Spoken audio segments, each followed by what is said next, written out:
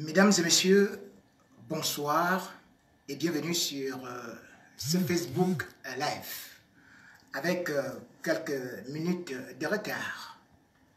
Actualité oblige, j'ai enlevé les rideaux, je vais parler de cette décision qui vient d'être prise par le chef d'État camerounais, Paul Biya, de libérer 289 Camerounais anglophones qui sont actuellement détenus dans les prisons au Cameroun. C'est une décision qui a été prise par le chef de l'État camerounais selon la présidence de la République pour pouvoir résoudre la crise anglophone.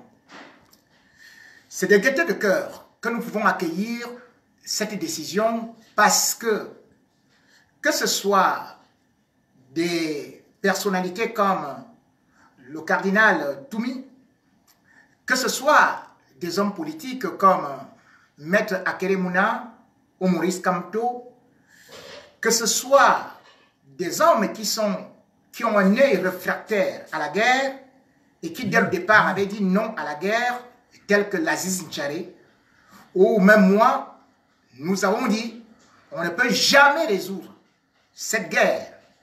On ne peut jamais gagner cette guerre et on ne pouvait jamais résoudre la crise anglophone par la force des armes.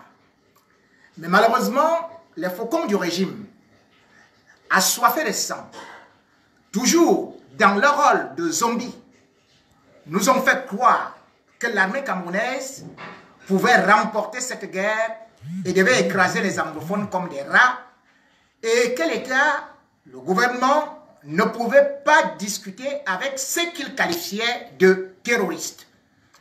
Nous y voici donc.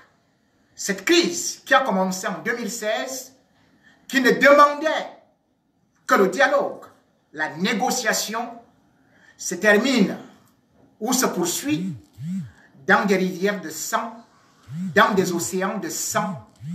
Et aujourd'hui, ce que Paul Biya est en train de faire, nous allons dire, hélas, que de gâchis, que de vies perdues, que de familles meurtries, que l'armée elle-même désemparée.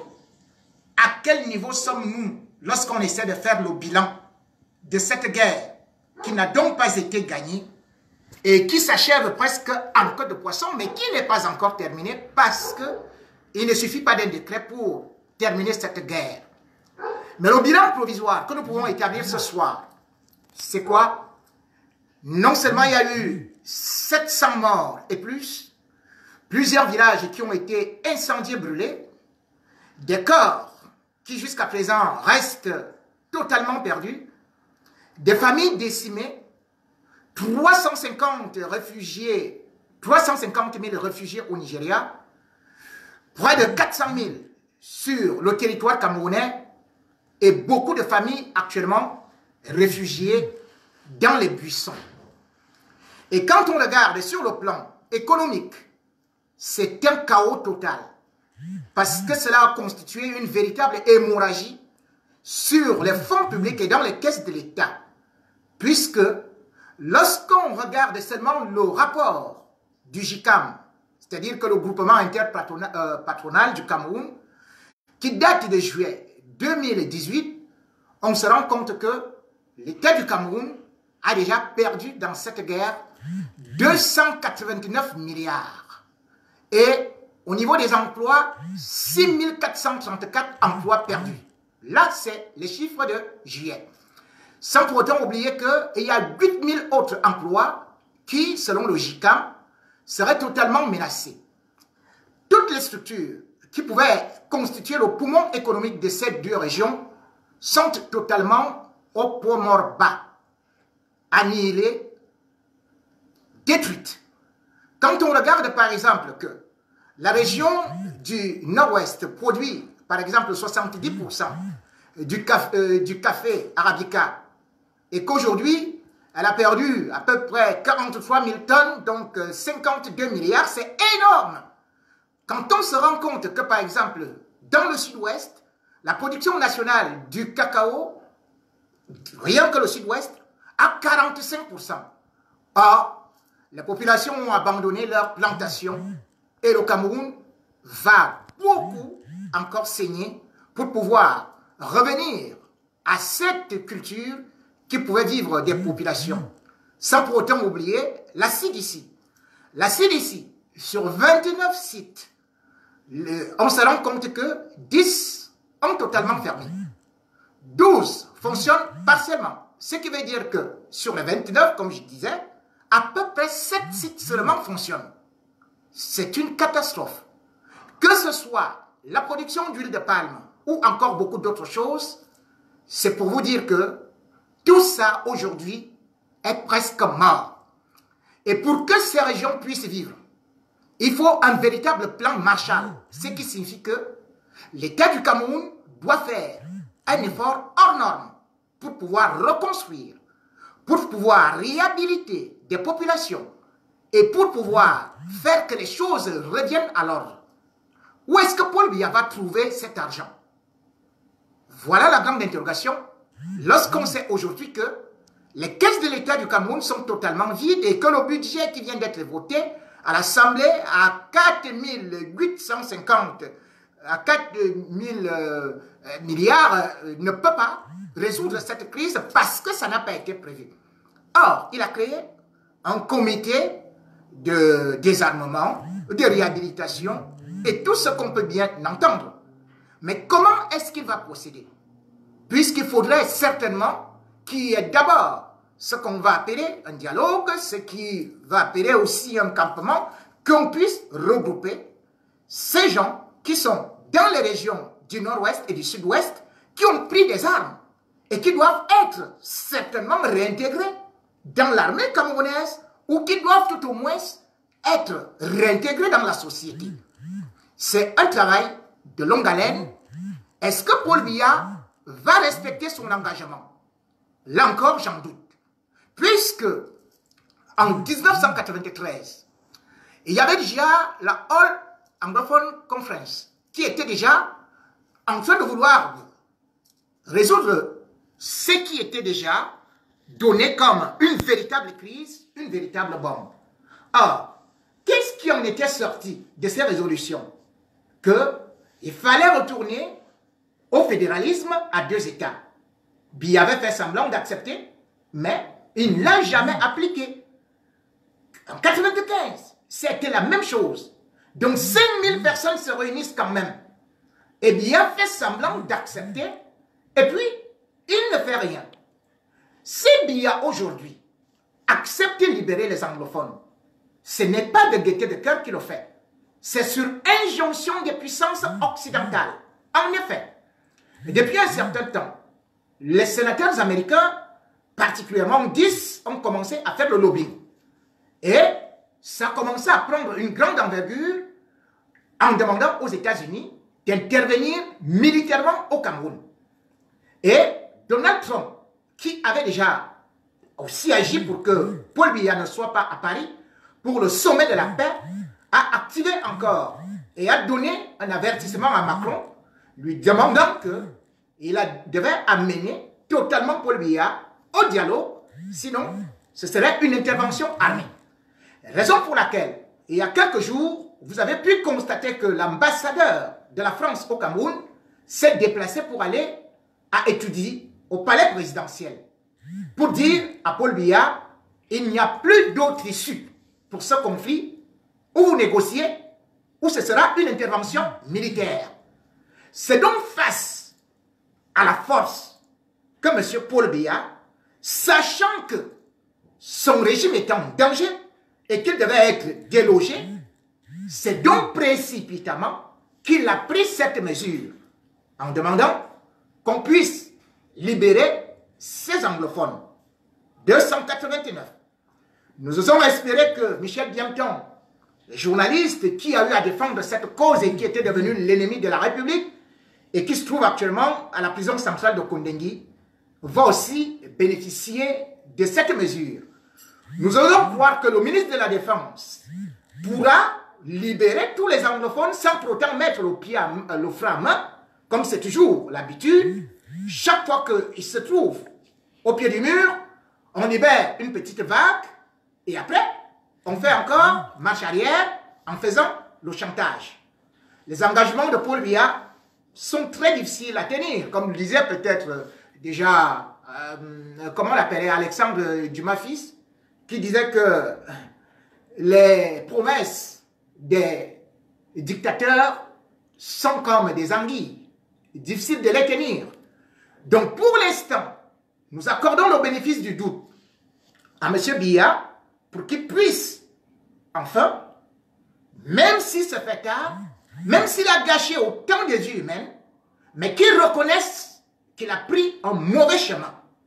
On ne peut pas faire la guerre contre son peuple. Je l'avais dit à plusieurs reprises que M. Biya ne gagnera jamais cette guerre et qu'il devait aller au dialogue. Et les pro-nazis, ceux qui ont toujours cru à la barbarie, qui disaient force à la loi, devraient désormais fermer leur bec pour comprendre qu'ils ont conduit toujours le Cameroun à l'état de la barbarie. Et aujourd'hui, nous sommes en sursis parce que si jamais il y a une intervention des puissances occidentales, c'est nous tous qui allons perdre. Ce n'est pas ça que je souhaite pour mon pays. Mon pays, c'est aussi celui qui fait toujours dans ce qu'on peut dire le hors norme. Ce qui n'est pas dans la norme, c'est ça qui se passe toujours au Cameroun. Et aussi, vous avez pu constater les élections qui viennent de se passer au niveau de la Fédération camerounaise de football, où nous nous retrouvons donc avec un certain Sédou Mbongo-Njoya qui a été élu président de la FECAFOOT. Tout le monde a eu à dire bravo, c'était retransmis en direct et il y a eu beaucoup de transparence. Et alors, merci parce qu'il n'y a pas eu de tricherie. Je voudrais rappeler à cela que ce n'est pas parce qu'une élection se passe sous les projecteurs, sous les flashs, sous les crépitements et sous ce qu'on peut appeler la caméra de la CRTV qu'on dira qu'elle est transparente. L'élection à la FECAFOOT était déjà pipée, était déjà totalement faussée. J'y reviendrai. Parce que M. Mbongo-Njoya, vous allez vous demander d'où sort-il.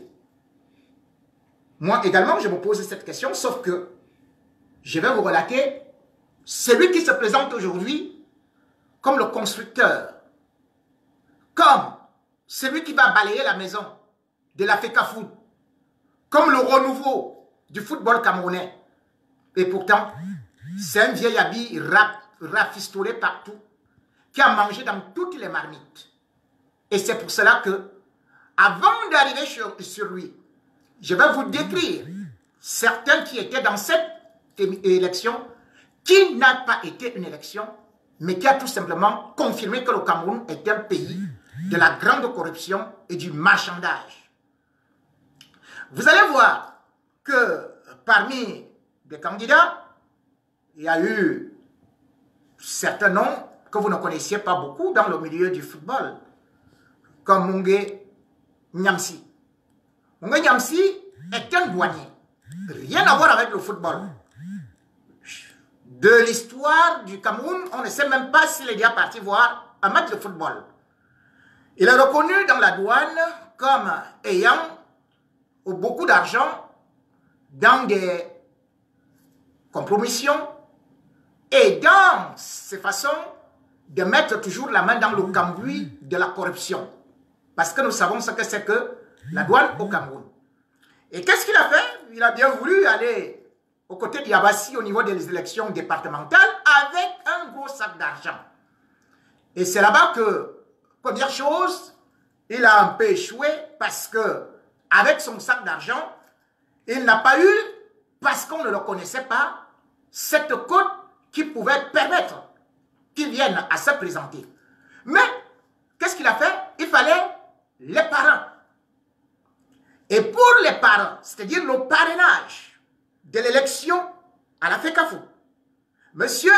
Mbongo Nyamsi s'est mis à distribuer de l'argent c'est-à-dire que 600 000 à chaque parent. Il a donc distribué à 10 parents. Et ça lui a fait combien? Ça lui a fait 6 millions qu'il a dépensé. Après avoir dépensé cela, il a encore pris 15 millions de francs CFA qu'il a remis à un promoteur de radio, que j'ai tel au nom parce qu'il est déjà beaucoup fragilisé, mais il se reconnaît, pour pouvoir acheter les délégués. Mais le patron de ce média, qui lui-même est actuellement dans la dèche, dans la disette, a eu à donner 1 million et il a disparu avec le reste. Voilà pour le cas de ce monsieur que vous avez vu, qui, en tout et pour tout, a eu 3 voix. Et il est reparti chez lui, en pleurant. Mais il avait beaucoup d'argent, puisqu'il était prêt, disait-il, à investir 2 milliards pour devenir président de la FECAFOOT. Il y a un autre qui s'est présenté aussi, qui était avec Bisson. Lui, c'était aussi une autre catastrophe. Parce que il avait dit, moi, je voudrais aussi être président de la FECAFOOT. Et il a donné à chacun, voilà, dans les 4 groupes, il a donné à chaque groupe 4 millions. Ça faisait donc 16 millions. Et il a mis le sac d'argent dans la voiture de Bisson. Parce que Bisson, étant anglophone, lui a dit, moi, je te ramène les groupes, les voix des anglophones. Mais malheureusement, lorsqu'ils sont arrivés dans la salle, il y a eu encore un autre marchandage. Parce que vous allez constater qu'à une certaine période, le président de la commission, le président du comité de normalisation, Maître Dieudonné Api, a fait une pause. Cette pause était pour que les candidats aillent verser de l'argent aux délégués. Donc c'était au plus offrant. Et vous voyez par exemple que, regardez bien les photos et tout, celui qu'on appelle par exemple Sédou Momondjoya, il était bien gonflé parce que l'argent remplissait de partout. Je vais y revenir. Donc, celui qui a donné tout cet argent a eu 0 voix. Et Bisson a fui avec le véhicule. Et dans son véhicule, il y avait l'argent de l'autre candidat qui disait donc qu'il attend tout le monde en bas du hall, au niveau du hall, pour qu'on rembourse son argent. Voilà une élection qui se passe au Cameroun, de la Fédération camerounaise de football.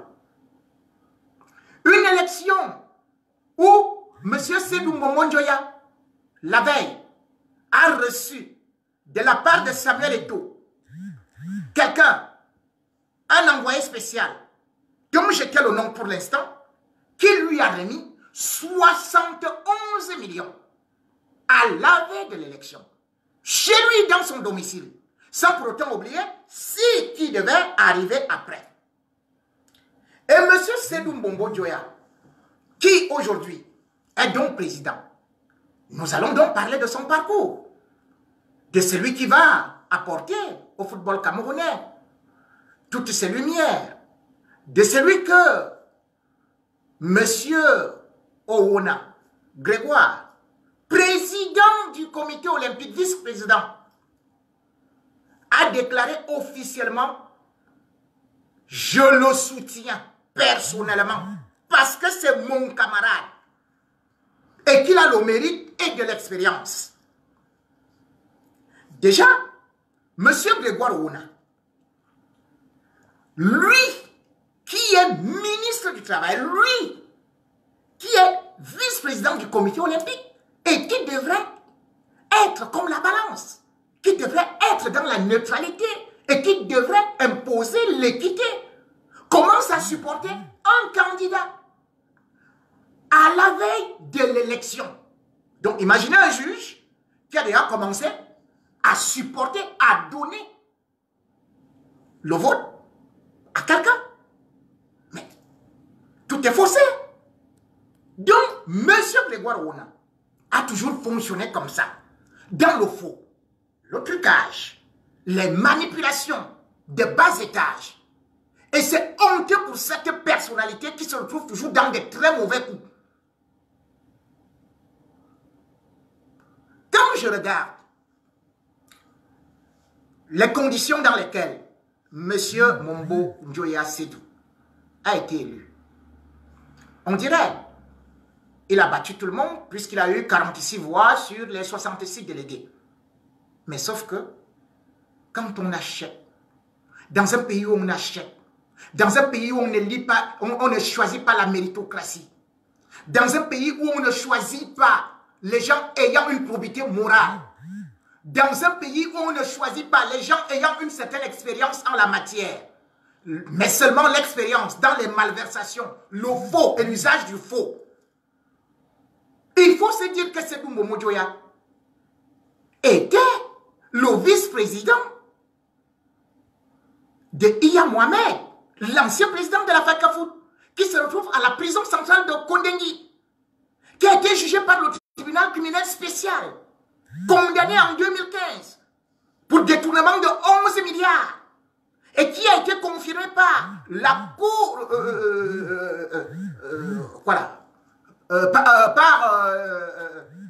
comment est-ce que je vais appeler ça? Encore, par une autre juridiction, la Cour suprême, voilà. 15 ans de prison, 15 milliards détournés. Et qui était son grand ami? C'était Sedou Mbombo Njoya. Et Sedou Mbombo Njoya, qui était le vice-président, quand Iya Mohamed arrive à la Fédération camerounaise de football, c'est-à-dire que c'est vers les années 98, il y a ce qu'on appelle une commission, c'était une cellule provisoire avant qu'il ne devienne président de la FECAFOOT en 2000, jusqu'en 2013. Donc 13 ans. Et pendant ce temps, comme je le disais dans une autre vidéo ici, c'est la période où entre 2002 et 2012, la Fédération internationale de football, donc la FIFA, a donné au Cameroun 20 millions de dollars. C'est la période où la FIFA a versé à la FECAFOOT 6 millions de dollars pour la construction, bien sûr, du complexe, plutôt du siège de la FECAFOOT. Est-ce que ce siège a été construit? Non. Et quand on a déjà mis Iya Mohamed en prison, eh bien, le père de Sedou Mbombo Njoya le prend et fait qu'il aille se réfugier au Caire, auprès de Issa Hayatou, pour qu'il ne soit pas éclaboussé. Regardons le parcours professionnel de ce monsieur qu'on nous présente aujourd'hui comme étant le renouveau du football camerounais donc. Et quels sont ses faits d'armes, lui qui a tant d'expérience, comme le dit le ministre Grégoire Oona. Eh bien, sachez que M. Sedou Mbombo Njoya a été directeur de la Loterie nationale du Cameroun, la LONACAM. Et rappelez-vous que la Loterie nationale du Cameroun, l'État camerounais a mis de l'argent dedans. Rappelez-vous du lancement de cette loterie. Lorsque le premier jour, il y a eu 40 000 tickets qui ont été vendus. Il y avait et c'était vendu à 300 francs. Il y avait 300 kiosques. En 1994, la LONACAM est tombée en faillite. Qui était le directeur? Monsieur Sedou Mbombo Njoya. Pendant ce temps, moi je peux vous dire, la Côte d'Ivoire, par exemple, ne serait-ce qu'au niveau de la loterie, en 2014, avait un chiffre d'affaires de 40 milliards. Le Sénégal en 2014, parce qu'ils ont su gérer, avait 39 milliards. Sedou Mbombo Njoya a laissé le Cameroun avec 0. Monsieur Sedou Mbombo Njoya, toujours lui, est parti donc lui-même créer une autre structure après avoir mis à sac la LONACAM, la Loterie nationale du Cameroun. Il a donc créé ce qu'il a appelé Paris Camion Foot. Sa propre société. Incapable de gérer ASAC. Monsieur Seydou Mbombo Ndoya, le nouveau président de la FECAFOOT, a donc été placé dans l'arrivisme, dans le carriérisme et dans le népotisme pour gérer le bureau de la FIFA d'Afrique centrale. À l'époque, c'était un bureau géré par Jean Manga Ngueni. Dès qu'il est arrivé, le bureau est tombé. On a fermé. La seule chose, pour qu'on le récupère, qu'est-ce qu'Issa Hayatou a fait de lui? Il a mis au niveau de la CAF pour s'occuper des petites rencontres, des matchs de protocole. Voilà donc son expérience. L'expérience qu'on nous présente, comme dit un homme digne de ce nom. Mais en fait, c'est une lignée, c'est une continuité. Puisque Seydou Mbombo Ndoya est le fils de la première épouse du roi Bamoun, Mbombo Ndoya. Sa mère est une Cribienne. Donc par la suite, ils vont divorcer. Mais Mbombo Ndoya, rappelez-vous, a décidé de soutenir Paul Biya. Et tout le monde le voit. Le roi Bamoun, il est toujours avec le pagne de Paul Biya. Et il a donc demandé à Paul Biya de faire toujours qu'il contrôle le football. Rappelez-vous que c'est Mbombo Ndoya qui a été le tout premier président de la Fédération camerounaise de football.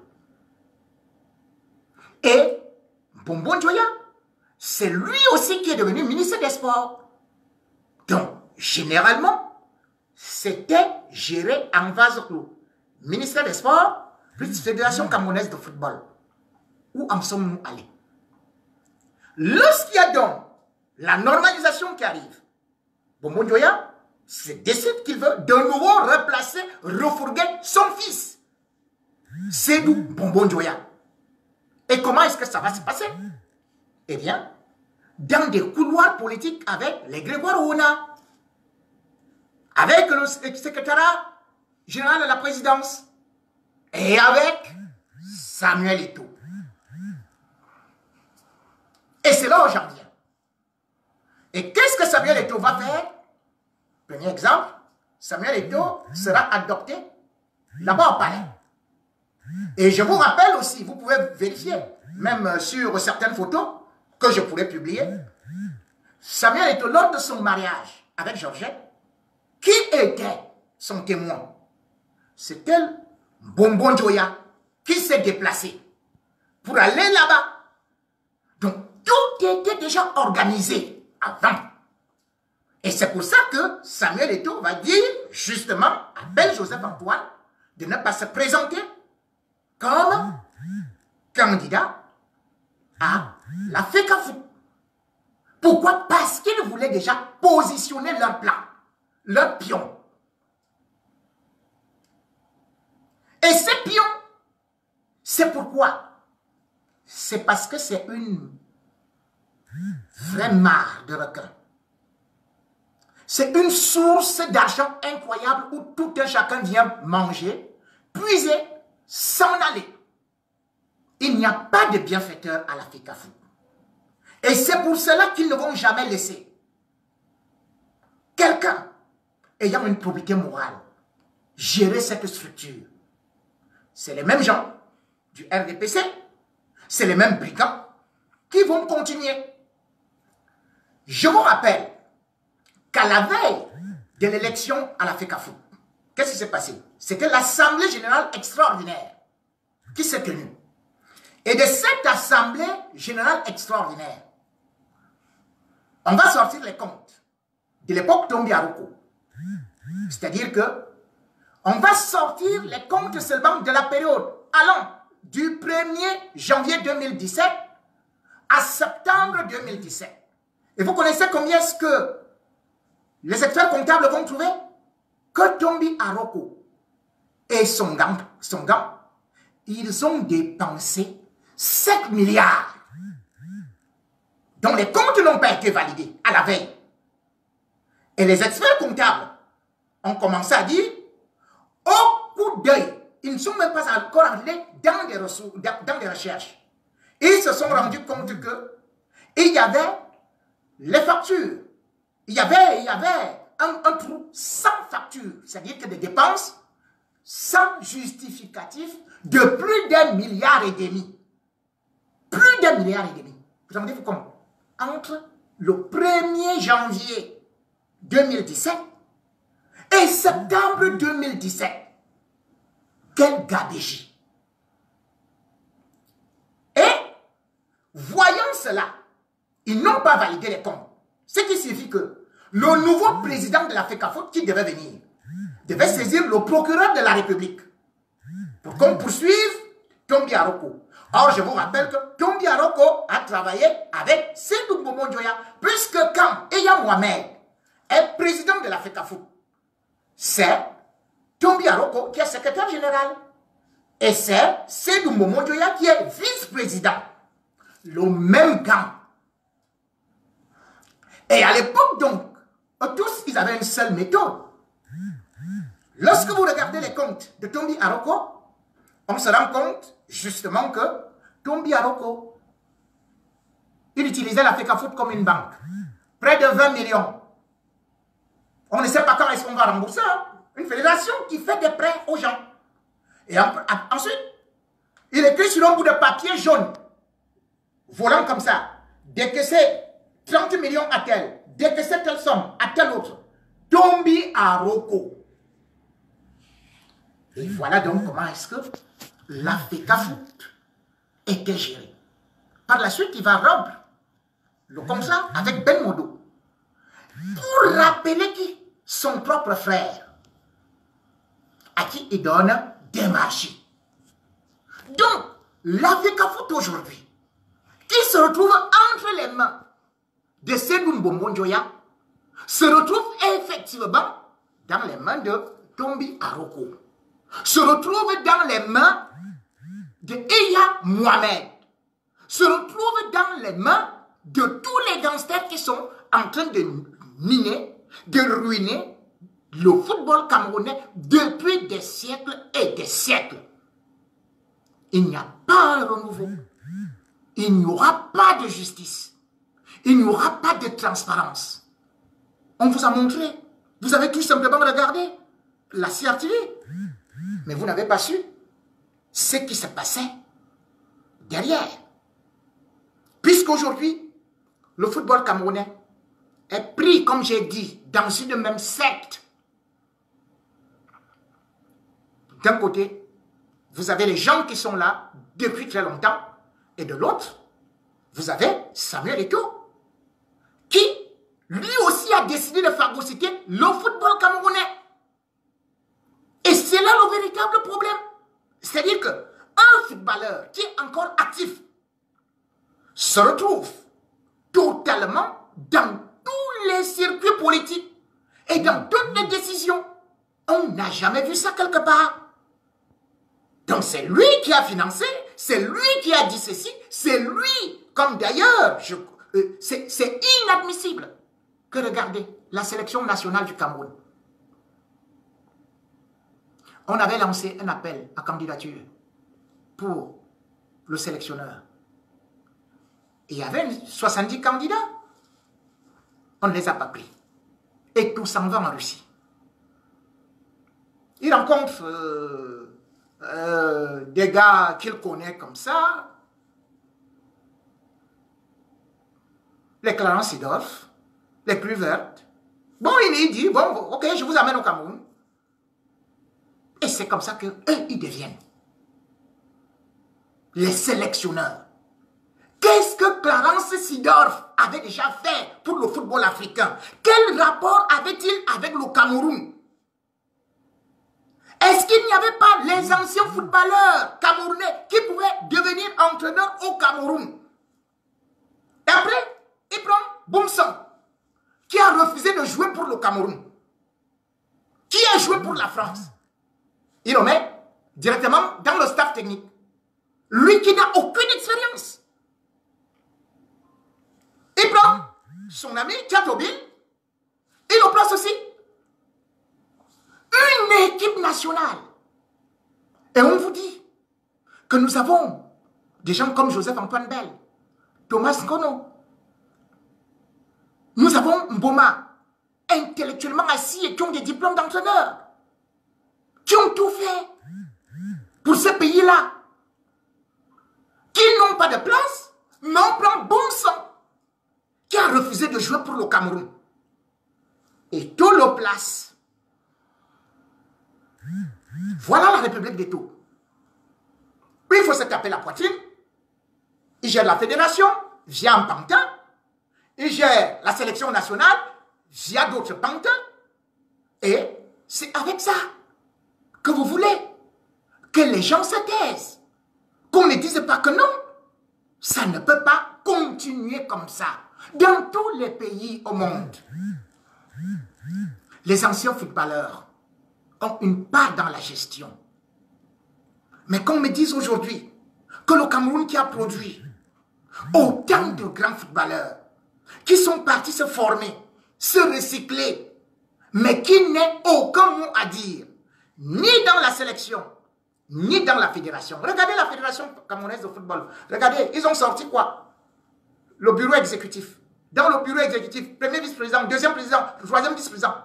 Personne n'a rien à voir avec le football. Aucun ancien footballeur. Mais moi, je vous rappelle que dans d'autres pays, vous avez eu les Salif Keita qui ont été même ministres des Sports. Même Pelé a été ministre des Sports chez lui et tout et tout. Mais allons même à la CAF. Les Anthony Bafoué, ils ont été appelés à la CAF. Dans le bureau exécutif. Et même Ahmad Ahmad. Les gens croient, les gens découvrent Ahmad Ahmad comme quelqu'un qui ne connaît rien du football. Je vous rappelle que Ahmad Ahmad a été joueur du championnat de première division à Madagascar. Il a été entraîneur, c'est-à-dire qu'il a les diplômes d'entraîneur de football. Et il a entraîné en première division à Madagascar. Donc il n'est pas arrivé au football par effraction. Mais au Cameroun, on vous cite des gens qui ne peuvent pas vous dire à combien de mètres se situe le point de pénalty. Quelles sont les dimensions d'un stade? Partout ailleurs, on prend les anciens footballeurs. Mais regardez ces générations. Kenyette, personne. En dehors des Toki Fagosi tout. Il arrive dans des lions indomptables. Il enlève le brassard à Rigobertson. Il a des problèmes avec tout le monde. Et c'est de surcroît ce manque de respect, cette reconnaissance à ceux qui sont des aînés. C'est ça qui est encore plus grave. Lorsque je me rends compte que ce soit en 2010, il s'est permis à engueuler copieusement Roger Mila en disant qu'est-ce que Roger Mila a déjà fait, oubliant que Roger Mila a quand même été élu le plus grand joueur d'Afrique au XXe siècle, oubliant que personne, aucun Africain n'a jamais pu faire ce que Roger Mila a fait à la Coupe du Monde. Marquer des buts à 42 ans. Personne ne l'a fait. C'est un symbole. Lorsque je me rends compte que, après cela, c'est son propre père, Ben Joseph Antoine, qui a subi ses foudres. Lorsque je vois que Rigobertson a été dans les lions et l'appelait mon petit frère, et que j'ai vu Rigobertson sortir, couler des larmes à cause de Samuel Eto'o. Combien de joueurs ont eu leur carrière détruite juste parce que Samuel Eto'o doit tout décider? Allez demander. Et ça ne date pas d'aujourd'hui.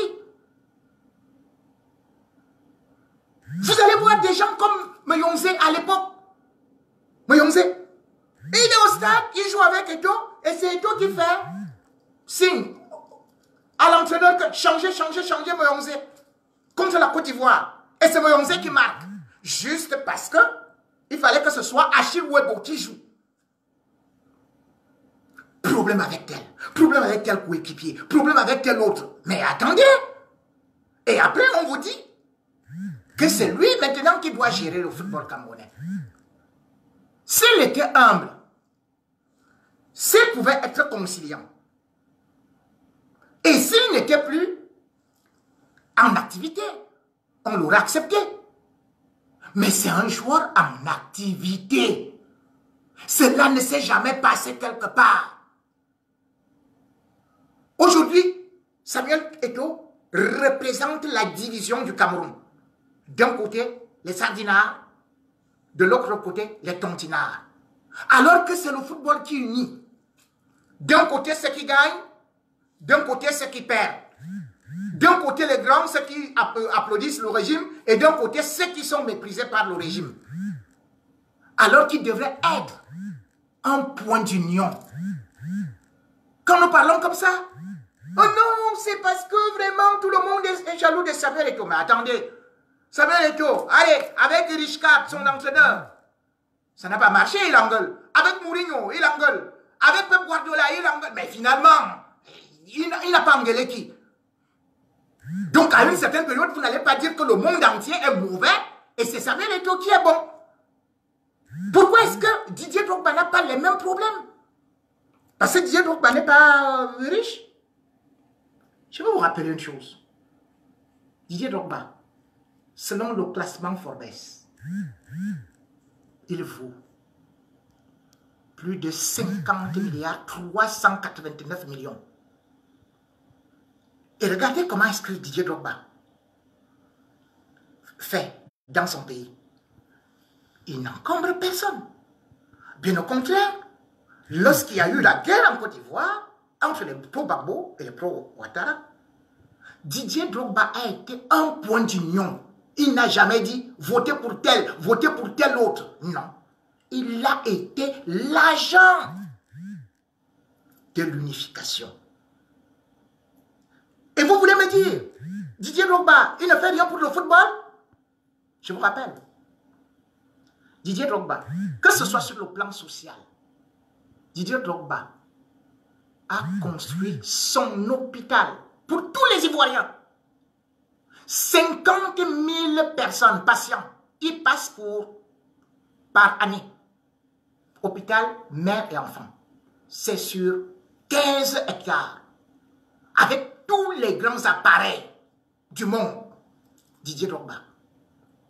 Didier Drogba, au niveau du football, il a dit, je vais laisser des traces d'un grand footballeur. Première des choses, il a acheté Phoenix, le club Phoenix, c'est aux États-Unis. Après, il est venu à Abidjan. Et il a son club qui est en première division. Il appartient à Didier Drogba. Et en décembre 2017, Didier Drogba a lancé la construction du complexe sportif sur 13 hectares. Et sur ces 13 hectares, il y a 3 terrains de football, dont un en synthétique. Et au-delà de ça, il a créé une académie de football, sport et études, où les enfants peuvent commencer à apprendre le football à partir de l'école primaire, en faisant leurs études jusqu'à l'université. Didier Drogba. Voilà ce qu'on appelle un ancien footballeur. Voilà ce qu'on appelle un footballeur qui unit et qui convainc dans son pays. Un footballeur n'est pas celui qui, chaque jour, on entend la vie privée a fait ceci, oh, les femmes ont fait, oh, tel autre a fait ceci, mais toujours en train de se quereller avec ses grands frères, ses aînés, les entraîneurs et tout. Mais c'est pas possible.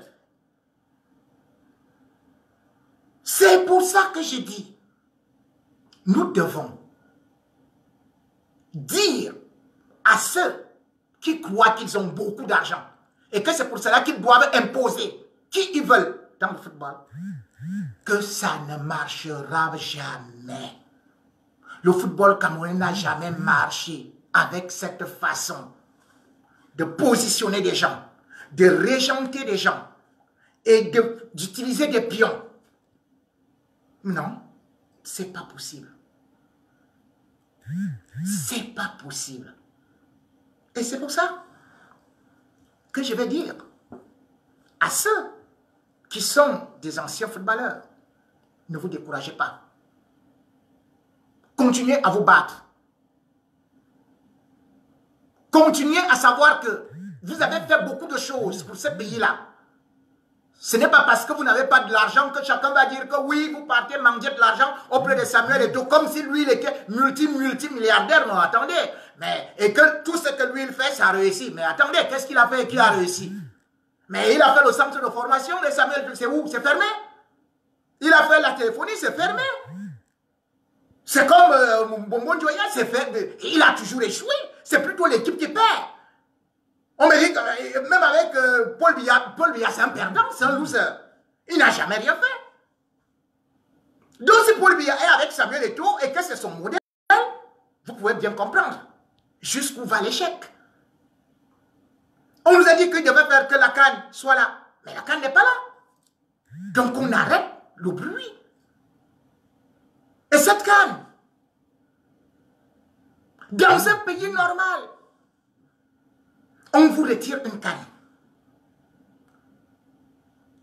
Entre 2 milliards, 2000 milliards. Entre tous ces milliards-là et tout cet argent qui a été dépensé pour 0 CAN. Mais on devrait déjà ouvrir une enquête parlementaire.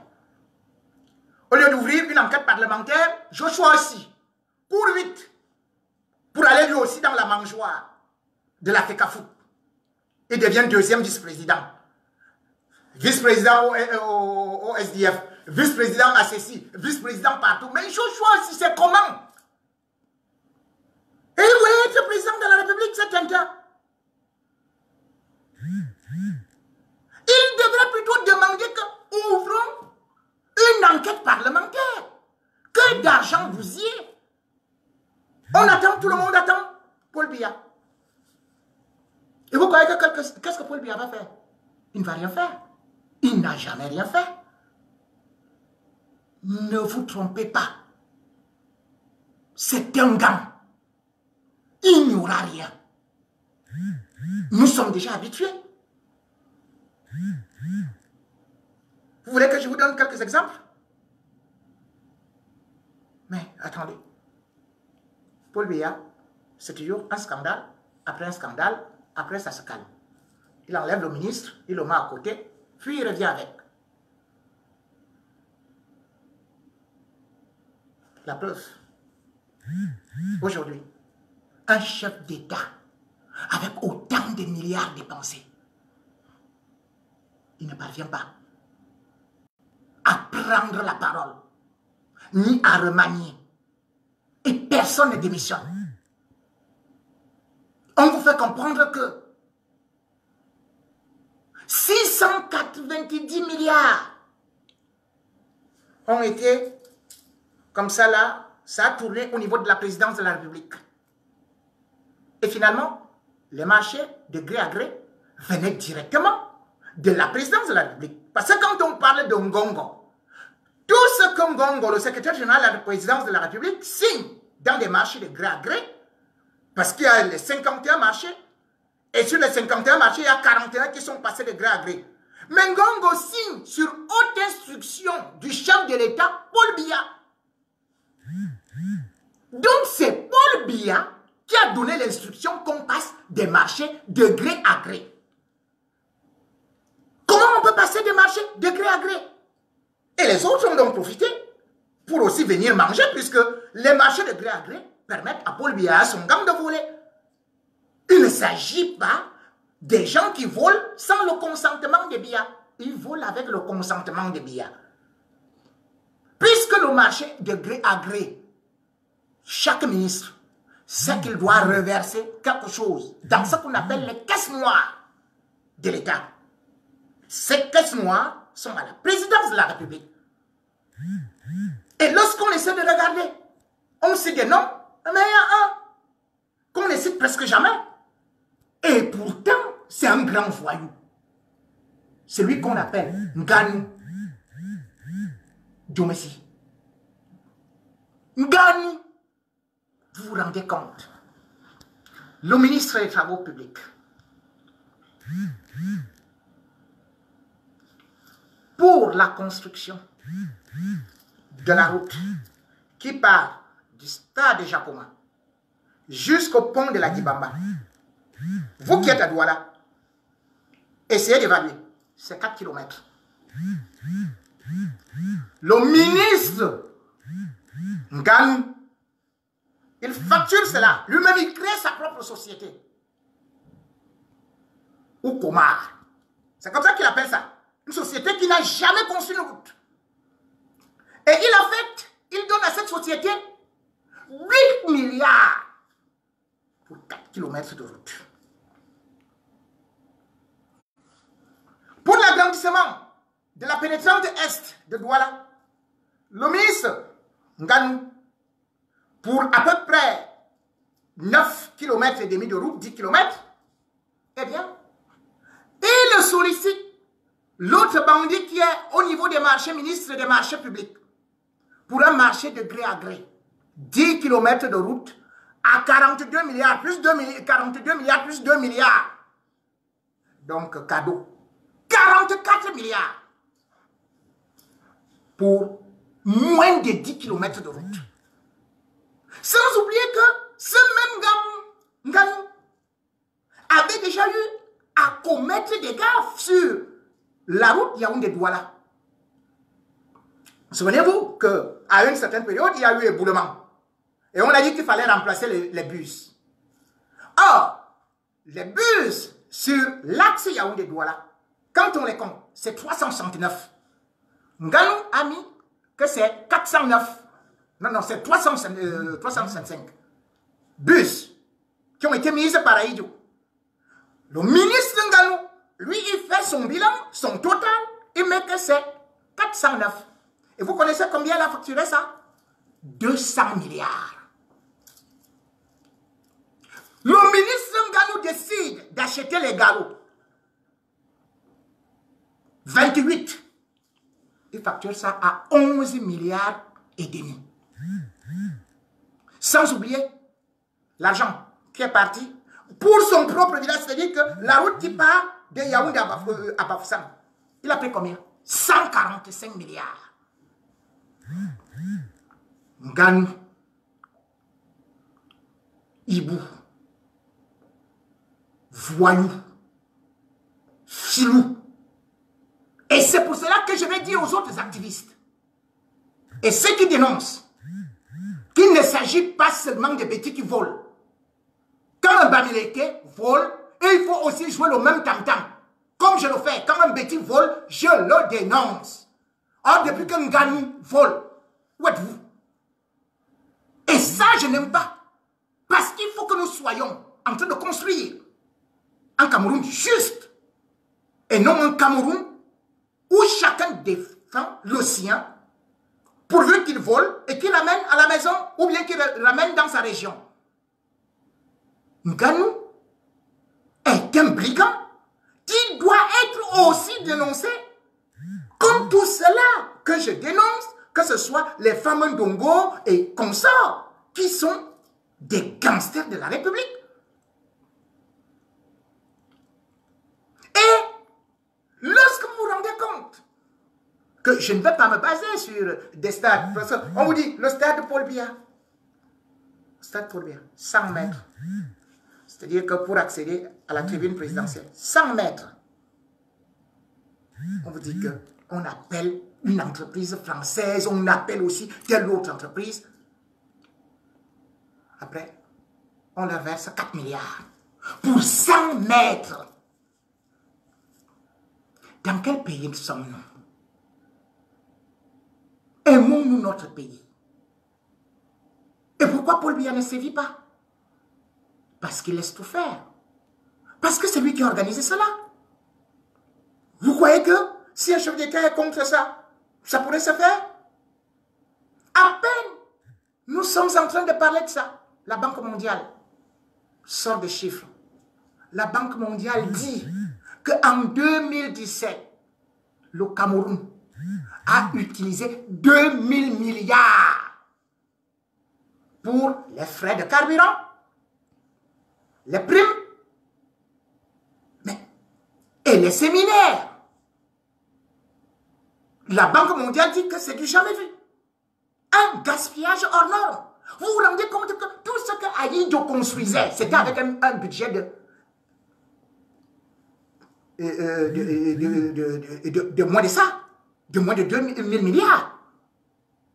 Mais on vous dit que les fonctionnaires au Cameroun et les ministres se payent les missions, les séminaires pour 2 000 milliards. La Banque mondiale nous révèle que les marchés au Cameroun sont facturés 2 jusqu'à 6 fois plus cher que partout ailleurs dans le monde et surtout dans tous les autres pays d'Afrique. Quand vous vous rendez compte que par exemple, la route Yaoundé-Douala, qu'on dit autoroute, ça lui a pris 400 milliards. Mais c'est jusqu'où? Rien, nulle part. La Banque mondiale vous dit qu'en Côte d'Ivoire, par exemple, c'est-à-dire qu'un kilomètre de goudron sur bien fait, ça fait 11 millions de dollars américains. C'est plutôt, ça c'est 11 millions de dollars américains au Cameroun. Ça c'est au Cameroun, hein? 1 kilomètre. Mais en Côte d'Ivoire, c'est 3,5 millions. Au Maroc, c'est 3 millions. Mais au Cameroun, là où la couche est petite comme ça, on met même parfois avec la pelle et la truelle, c'est 11 millions.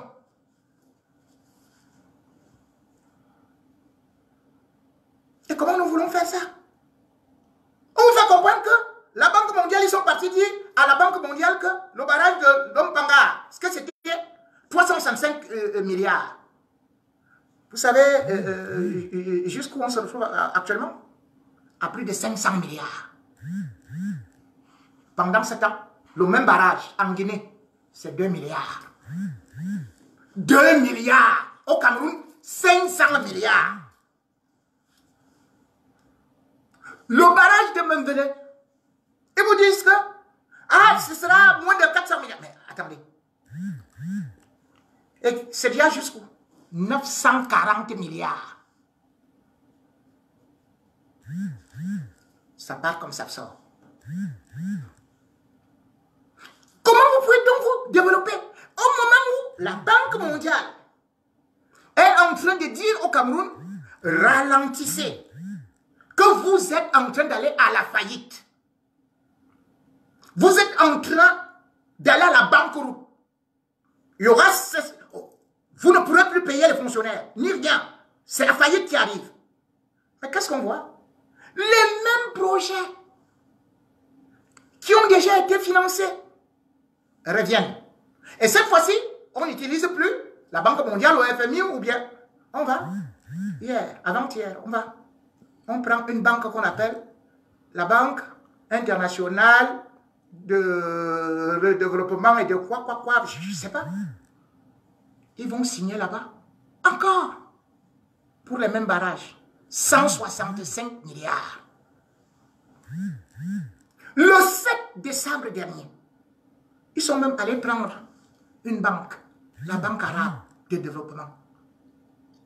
Ils ont pris là-bas 15 milliards. Pourquoi? On ne nous explique pas. 15 milliards.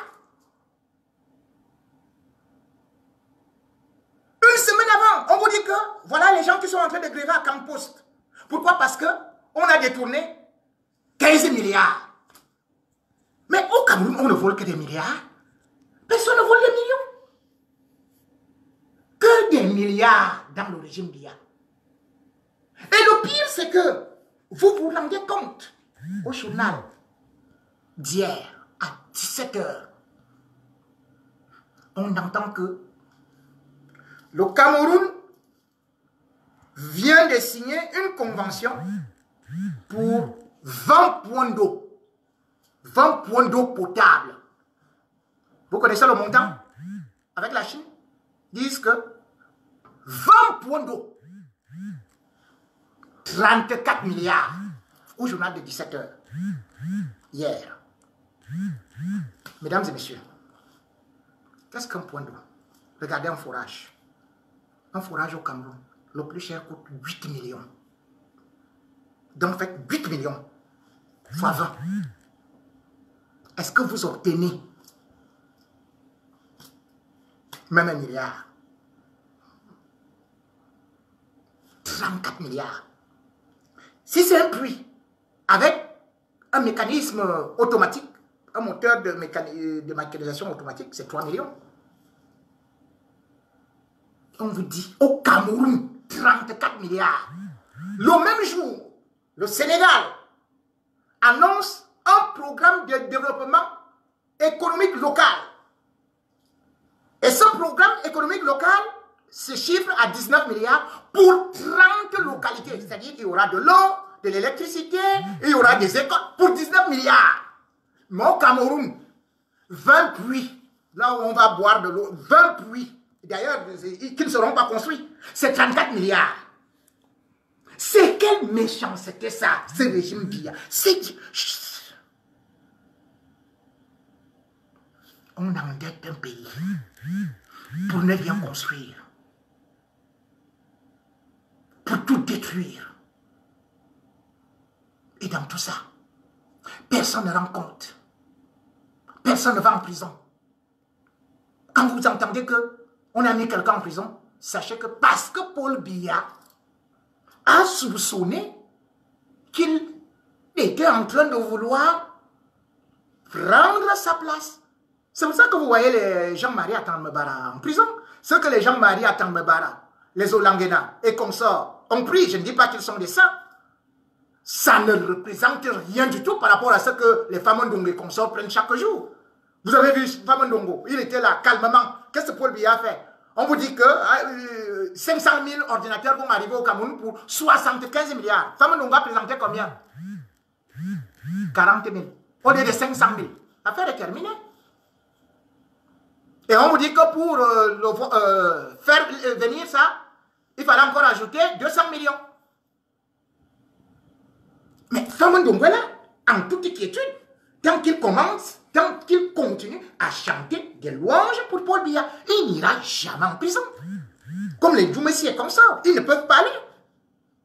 Parce qu'ils volent, ils le mettent à Paul Biya. C'est ça qui est clair. Vous ne pouvez pas continuer à nous dire que c'est autour de Biya qu'il y a des voleurs. Et les autres, lui-même, il est bon, ou bien on le trompe. Comment on peut tromper un chef depuis très très longtemps comme ça? Mais non! Mais non, attendez, vous connaissez l'histoire de Bokam. Bokam a pris tout l'argent des travaux publics. Tout le monde savait qu'il allait en prison. Mais non, Biya l'a enlevé. Calmement, que va te reposer. Il est revenu avec Bokam pour venir diriger la défense, au secrétariat de la défense. Il l'a renommé ministre. Mais ça se fait dans quel pays? Regardez ce qu'il a fait avec Mbembo. Mbembo, on a attrapé jusqu'au colonel ici, à Paris, avec des sacs d'argent, qui disaient que l'argent là, il vient acheter les maisons pour Ngongo. C'était un scandale en France. Le canard enchaîné, les journaux français en ont parlé. Qu'est-ce que Biya a fait? Biya a appelé Mbembo. Mbembo est parti. Tout le monde savait que, en enlevant Mbembo, qu'il allait le mettre en prison. Mais Mbembo, il est en paix. Il est en paix, il ne sera jamais arrêté. Je vous dis jamais. Je vous avais déjà dit ça au début, que Mbembo ne sera jamais arrêté. Ça fait combien de temps? Vous l'avez déjà oublié, il reviendra. Et vous connaissez comment est-ce qu'il procède avec les autres? C'est la même chose, c'est le théâtre.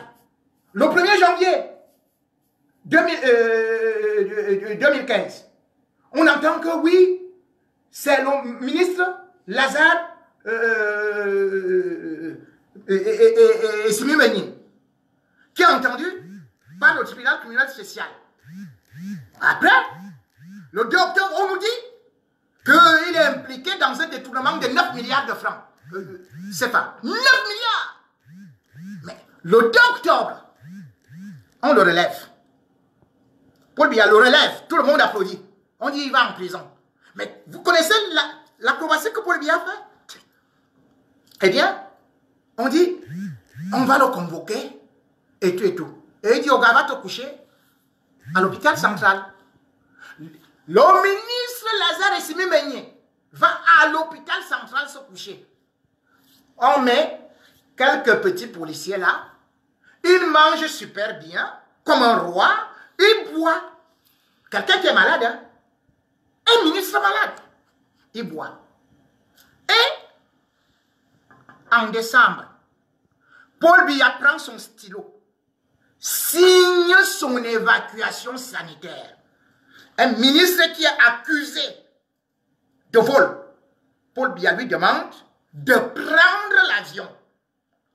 Juste pourquoi? Parce que le ministre Lazare Esimbenye lui a dit, écoute, si on me met en prison, je vais tout balancer. Et mes choses sont sécurisées, puisque le ministre Lazare Esimbenye est américain. Sa maison est en Virginie, aux États-Unis. Au Cameroun, c'est les pauvres à qui on dit il n'y a pas de double nationalité. Ça fait le tour, et lui il est espagnol, mais il vote Paul Biya. Lazare Esimbenye, il est américain et il est ministre de Paul Biya. Ah oui, c'est comme ça. Et il a dit, Lazare Esimbenye a adressé un courrier en disant, j'ai envoyé tous les documents qui prouvent que je ne suis pas seul et que je vais tous vous mouiller, mettez-moi. Et ça va se verser dehors. Et c'est pour ça que Paul Biya décide que non, ne verse pas. On va plutôt négocier pour que tu partes calmement.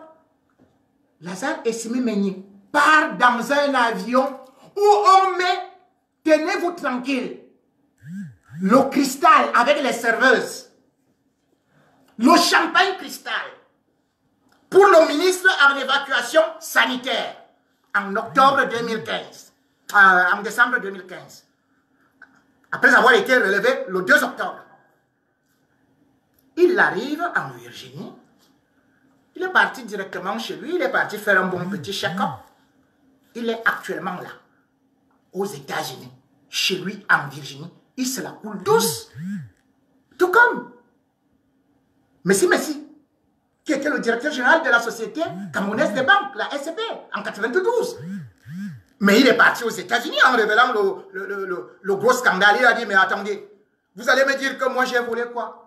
Mais c'est Paul Biya qui m'a ordonné de sortir la première fois 3 milliards 900 millions, la deuxième fois 1,5 milliard, la quatrième fois ceci et cela. Et finalement, il m'a ordonné tout le temps de sortir l'argent de la banque à ses cousins, à ses cousines, à sa famille, à ses neveux, à tout le monde. C'est comme ça que la société camerounaise des banques est tombée.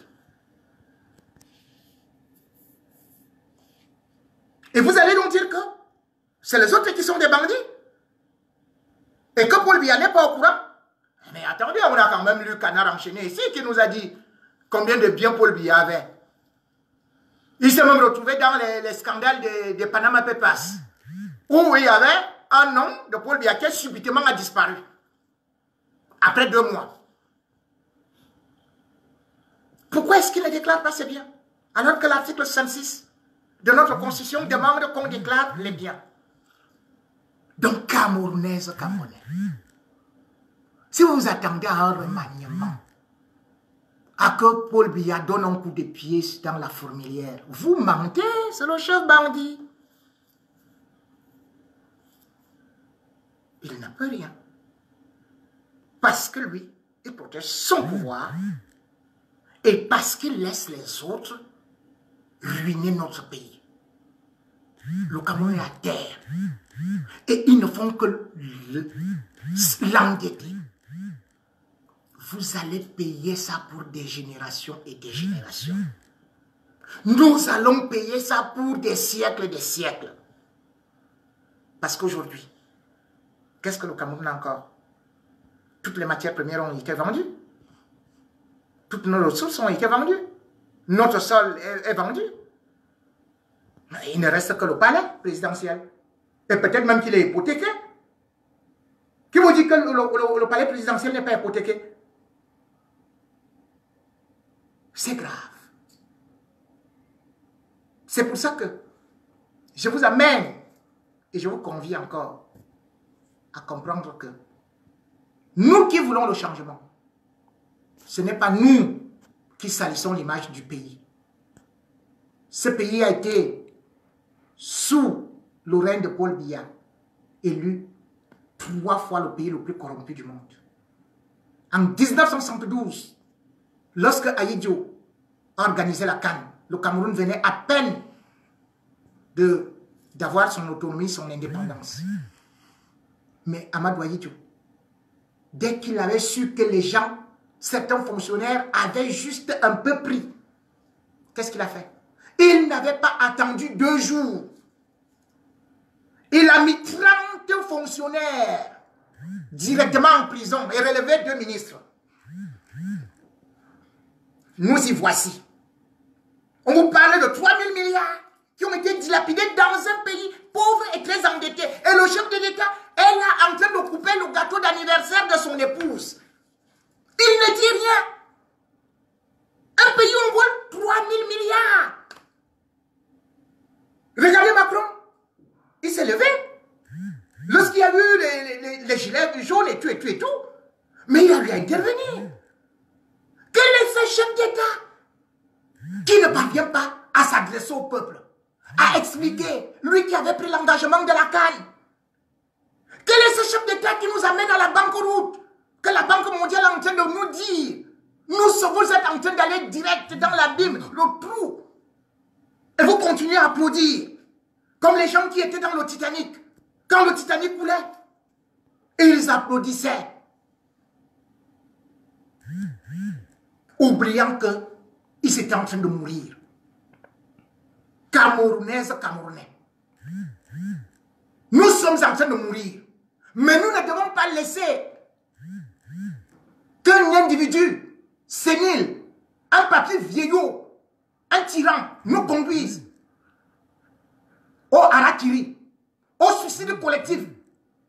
Résistons. Résistons. Il n'y a pas d'autre solution que de résister à la gabégie de Paul Biya, à la tuerie, à la sorcellerie de Paul Biya, à l'inertie, à la voyoucratie. Résistons.